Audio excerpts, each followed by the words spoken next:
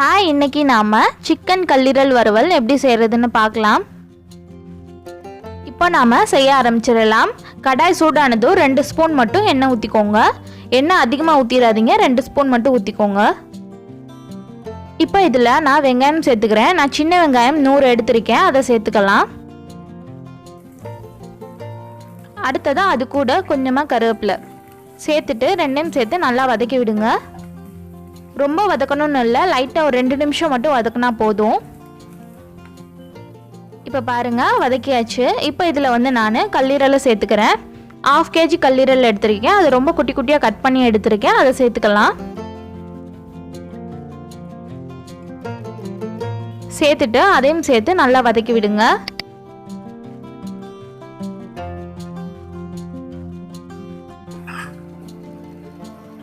இப்போ இதில் நாம் தேவையான அளவு உப்பு சேர்த்துக்கலாம்.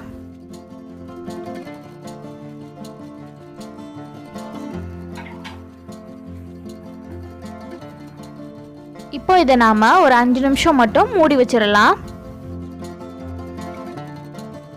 இப்போ நாம் இதை ஓப்பன் பண்ணிடலாம். பாருங்கள் எவ்வளோ தண்ணி வந்திருக்குன்னு.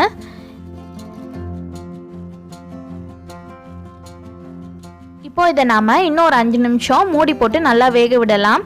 அந்த கல்லீரல் எல்லாமே அப்போ தான் நல்லா வெந்து வரும்.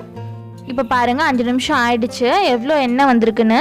இனி போக போக எண்ணெய் வந்து அதிகமாக வந்துட்டே தான் இருக்கும். ஏன்னா இதில் நிறைய கொழுப்பு இருக்கனால அந்த கொழுப்பெல்லாம் உருகி எண்ணெய் வந்துட்டே இருக்கும். அதனால தான் நான் ஸ்டார்டிங்கில் எண்ணெய் வந்து கம்மியாக சேர்த்துக்கோங்கன்னு சொன்னேன்.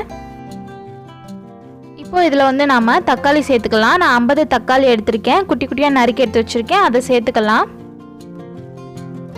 ஈரல் வந்து பாதி வெந்ததுக்கப்புறம் தான் நம்ம தக்காளி சேர்த்துக்கணும். அதுக்கு முன்னாடியே நீங்கள் சேர்த்துறாதீங்க. இந்த வீடியோவில் நான் எப்படி பண்ணுறேனோ அதே மாதிரியே பண்ணுங்கள். இப்போ இது கூடவே நாம் மசாலாவும் சேர்த்துக்கலாம். நான் 2 ஸ்பூன் மிளகாய் தூள் எடுத்திருக்கேன், அதை சேர்த்துக்கலாம். அடுத்ததாக 2 ஸ்பூன் கரம் மசாலா எடுத்திருக்கேன், அதையும் சேர்த்துக்கலாம். சேர்த்துட்டு நல்லா வதக்கி விடுங்க. உங்களுக்கு காரம் எவ்வளோ வேணுமோ அதுக்கேற்ற மாதிரி நீங்கள் போட்டுக்கோங்க மிளகாய் தூள். நான் வந்து எக்ஸ்ட்ராவாக 1 ஸ்பூன் மிளகாய் தூள் சேர்த்துருக்கேன், காரம் பத்தலைன்னு. இப்போ நம்ம தக்காளி மசாலெல்லாம் சேர்த்தாச்சு. கல்லீரலும் பாதி வெந்துருச்சு. இன்னும் பாதி வேகிறதுக்கு கரெக்டாக ஒரு 10 நிமிஷம் வந்து அடுப்பை நல்லா ஹை ஃப்ளேமில் வச்சுட்டு நல்லா வேக விடுங்க. இப்போ பாருங்கள் 10 நிமிஷம் கழிச்சு நான் ஓப்பன் பண்ணியிருக்கேன். கல்லீரலும் நல்லா வெந்துருச்சு. எண்ணெய் எல்லாமே நல்லா பிரிஞ்சு வந்திருக்கு. எவ்வளோ எண்ணெய் வந்திருக்குன்னு பாருங்கள். இவ்வளோ எண்ணெய்லாம் நான் ஊற்றவே இல்லை, அவ்வளோ எண்ணெய் வந்திருக்கு. அதனால் நீங்கள் முன்னாடியே கொஞ்சம் பார்த்து ஊற்றுங்க. எண்ணெய் ஊற்றும் போது ஒரு 10 நிமிஷம் வந்து அப்படியே நல்லா கிண்டிகிட்டே இருங்க, அடுப்பை நல்லா ஹை ஃப்ளேமில் வச்சுட்டு. அவ்வளோதான், நம்மளோட கல்லீரல் வறுவல் ரொம்ப சூப்பராக ரெடி ஆகிடுச்சு.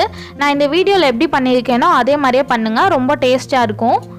இந்த வீடியோ உங்களுக்கு பிடிச்சிருந்துச்சின்னா லைக் பண்ணுங்கள், ஷேர் பண்ணுங்கள், கமெண்ட் பண்ணுங்கள். அண்ட் என்னோடய ரெசிபீஸ் எல்லாம் உங்களுக்கு பிடிச்சிருந்துச்சின்னா MaDuRa PonnU சேனலுக்கு சப்ஸ்கிரைப் பண்ணுங்கள். தேங்க்யூ.